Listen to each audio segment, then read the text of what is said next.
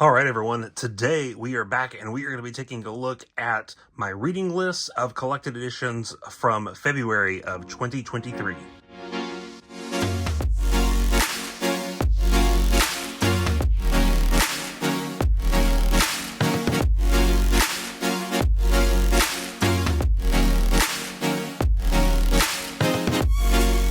All right, so first up we have Avengers by Kurt Busiek and George Perez, Omnibus Volume 1. This is not the new printing that just came out, so if you are looking to pick this up, I believe the Volume 1 is still available. I don't think it's went out of print quite yet, although I would grab it because I know this was one that was on a list for a lot of people. But this is my first printing. I've had it for a little while, and I've never read it. And so I was needing a break from X-Men from last month, and so I decided now's a good time to jump in to this story. So for those of you who don't know, this run takes place immediately after the Heroes Reborn, Heroes Return event of the 90s. You don't have to have read that event in order to jump in here. You are good to just kind of jump in and get started. That event was a little bit of a soft reboot for the Marvel Universe, but again, not required reading as you get into this. So obviously, Kurt Busiek, no stranger to Marvel or DC Comics for that matter. And then the late legendary George Perez doing some really incredible artwork throughout this. And so these two are on this book for quite a while. In fact, you see this Volume 1 here, and then this is immediately followed by Volume 2. Like I mentioned, if you are looking to pick this up, you can grab Volume 1. It is out now for reprint. This is my original printing. Volume 2 has not been announced yet, so if you are interested and you read this and you like it, you might want to try and look out there for Volume 2, or be patient. I'm sure at some point it'll get announced, but it has not yet. So even if it were announced today, you'd probably still be waiting around a year before it comes out. So just as a heads up. So this spine, I kind of like this one. This one forms a nice kind of combo with the second one with the Avengers logo down here in this artwork. The other one is flipped and the Avengers logo is up here with some artwork down below. So they look kind of nice on the shelf. You can see some of that great George Perez artwork throughout here. And so the contents in this one, this has Avengers, the 1998 volume, number 1 through 23, and number 0. Iron Man, number 7. Captain America, number 8. Quicksilver, number 10. Avengers Squadron Supreme Annual, number 98. Avengers Annual, 99. And Avengers Forever, number 1 through 12.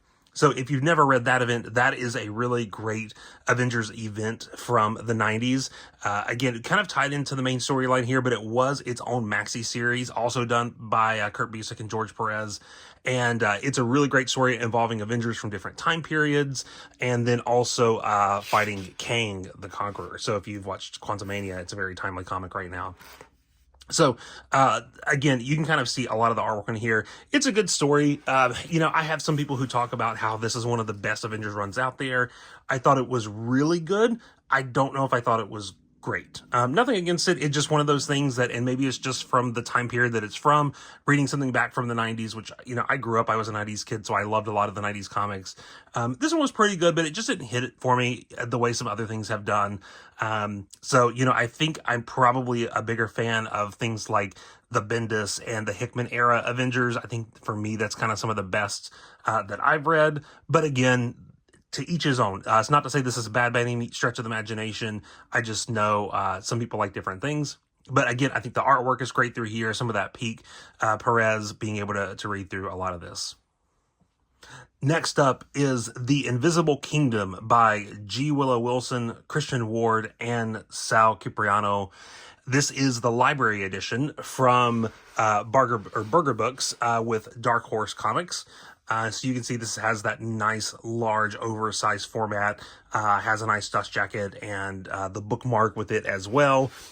This book came out, I believe, a couple months ago and just recently got around to picking it up. And it is really phenomenal. I loved this story.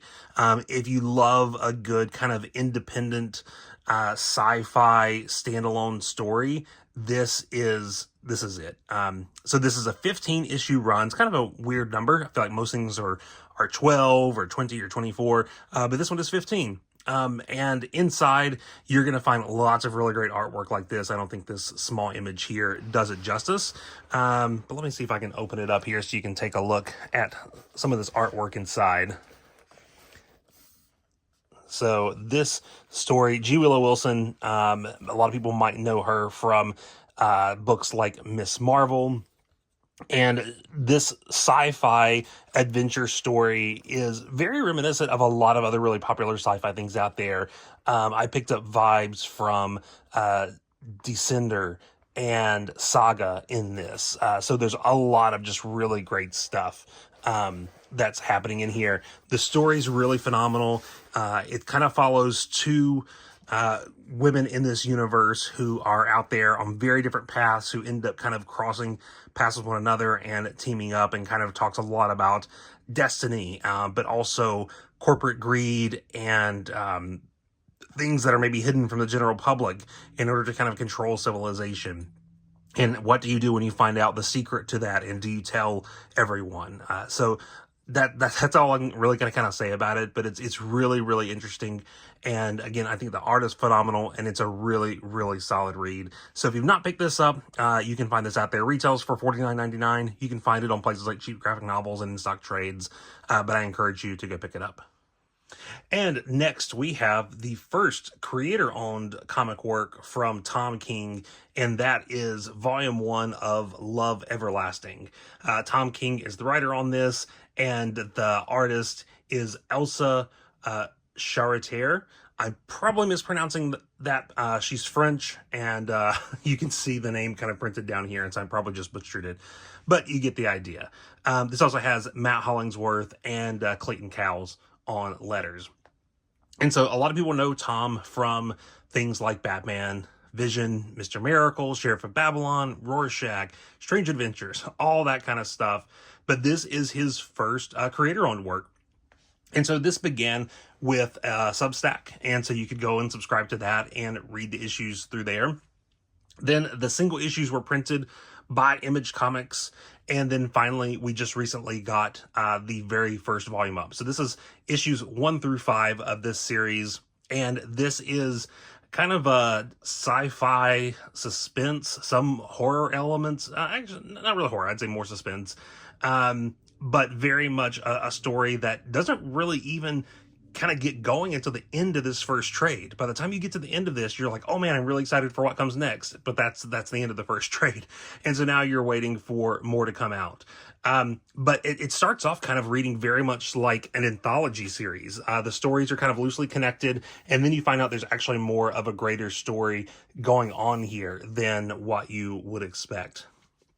And so retails for $16.99, available in trade paperback at this time. Hopefully, as more issues and stories come out, we will get a deluxe edition hardcover of this. I'll let you see some of this phenomenal artwork from Elsa in here. You can kind of see dealing with different time periods, dealing with different settings, and not necessarily worlds, but you kind of get the idea that there's either some time travel or something at play here. It starts off kind of seeming like it's going to be a straight up sci-fi or a straight up romance novel, which was kind of how it was billed, I believe, at first. But there are definitely some sci-fi, some fantasy elements happening in here. So really great read. Go pick this up and then look forward for more coming in the future. All right. Next we have Daredevil and Elektra, Volume 1, The Red Fist Saga. This is the continuation of Chip Zdarsky's Daredevil run. This picks up right after the events of Devil's Reign, which just got announced as an omnibus coming either late this year or early next year, depending on delays and everything. So if you've not read that run, you probably are going to want to read Devil's Reign to really be up to date with what's happening in here. Why is Matt doing what he's doing? Why is Elektra doing what she's doing? And how they got to be where they are. But this continues his run. Again, just kind of really flows in from the previous events. That's why while it is a volume 1, it is a continuation. So I probably wouldn't check this out and read it unless you have read most of the rest of his run, and definitely the Devil's Reign event, just because what happens at the end of that story really sets up for what's happening in this one. There are also some loose tie-ins to some other comics that are happening around the same time, most notably Punisher by Jason Aaron. So you may want to pick that up as well to kind of read it alongside. I believe they may have some tie-ins coming up in the future if they haven't happened already, but they don't happen in this trade, so you're good so far. So you have lots of folks kind of involved in this. You can see some of the names here on the front. You've got Zdarsky, Chiquetto, De La Torre, and Wilson. So lots of people happening in here. And just for your knowledge, it's Marco Chiquetto, Rafael De La Torre, and Matthew Wilson. And so you can see right here, this collects Daredevil, the 2022 series, number 1 through 5. Even though it was a continuation of his run, they did renumber it, and it did start a new series. So it is Daredevil number 1 for that. And so you get to find out what's the new status quo for Daredevil and Elektra. Why are they doing what they're doing? How did they get there? And so you get a little flashback. Got some really kind of cool artwork in here. And so I think Chiquetto does a lot of really great work, and so there's some cool stuff going here. You get some new characters, you get some evolution of some existing characters. I love a lot of these covers as well, and so there's just a lot of really great stuff going on in here. So this run has been phenomenal. I can't wait for Chip Zdarsky to have his own omnibus of Daredevil, and hopefully we'll have that one day. But until now, you have these trades. I'm sure eventually several of these will be collected into hardcovers, but if you're looking to pick them up now to stay caught up, this is where you want to jump in. All right, and last but certainly not least, we have Spider-Verse Spider-Geddon Omnibus. There are lots of creators on this one, Dan Slott being the architect, Christos Gage being the other writer on a lot of these series. So you've got kind of those two helming both of these.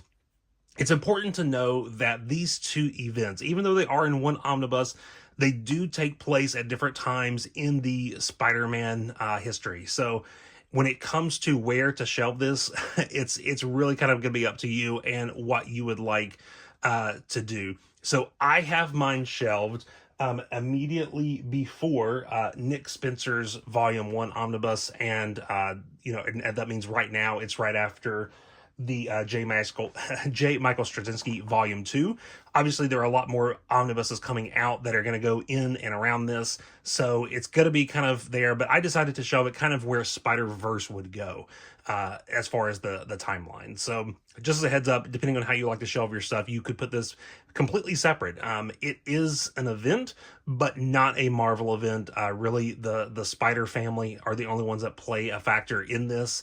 So if you are, kind of shelving your books that way, you could theoretically maybe put it at the beginning, but there's not really any other Spider events, I feel like, that, are out there in Omni format. So it's anyone's guess at this point. But this is a really, really fun book. Again, you've got these two events happening throughout here. You can see it is a thicker Omni. So you've got a lot of story in here. You've got the main story and all the tie-ins. I'm not going to read through all of the series because, as you can see right here, that is a lot. But it does have some key issues in here, including the first appearance of Spider-Gwen, who becomes to be known as Ghost Spider. That happens in Spider-Geddon. And so you've got all these different tie-ins from all these different Spider-Men, and then there's side adventures that happen kind of as a spin-out of these stories. And you get the main event for these as well, for Spider-Verse and Spider-Geddon. You can see this shot right here of all these different Spider-Man. Here it looks like they're going to fight. They don't really fight, maybe a little bit, but you have to get into it to see and find out who all of these different Spider-Men and Spider-Women and some people that aren't even Spider people in this, and why they play the role that they do. But there's so much in here to go through. Talking about the events themselves, I think I probably enjoyed Spider-Verse event the best, mainly just because it took a character like Morlun, who came from J. Michael Straczynski's Spider-Man run, and really elaborated on that character and his mythos, and really added a lot to that character. That's now become a very, very predominant villain for Peter. And now all of these spiders across the multiverse, they refer to it several times as the Spider-Verse, but really it's different Earths, different Marvel universes that are out there. And they do identify which Earth they all come from. So you get to learn a little bit about each of these Earths out there and what's different about them and what's different about their spider people that are on these Earths. So lots of really great artwork, lots of really great stories. The best thing about this omnibus is the mapping in it.